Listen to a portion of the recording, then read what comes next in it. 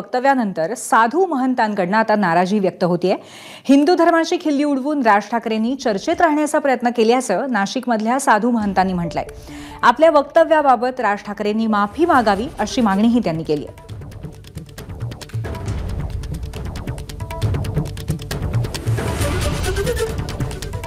अशा पद्धतीने बोलण्याची राज ठाकरेंची एक फॅशन झाली आहे आणि मला कल्पना आहे त्यांचं, आय नो त्यांची जी सायकोलॉजी आहे की अशा पद्धतीने चर्चेत जे बॅक ड्रॉपला गेलेले होते, मागे पडलेले होते, अशा पद्धतीने विपर्यास करून पुन्हा चर्चेमध्ये यायचं आणि संपूर्ण भारतामध्ये negative publicity convert into positive publicity ही राज ठाकरेंची सायकोलॉजी आहे। इज इक्वल टू 0 आहे, त्यांना 100 पैकी 0 मार्क आहेत, एकही सीट आली नाही। तर अशा पद्धतीने बोलले, महानगरपालिका देखील पूर्णतः त्यांच्या हातातून जाणार, 0 मार्क। बघा, महाराष्ट्राची जनता इतकी सुज्ञ आहे आणि तिचं कौतुक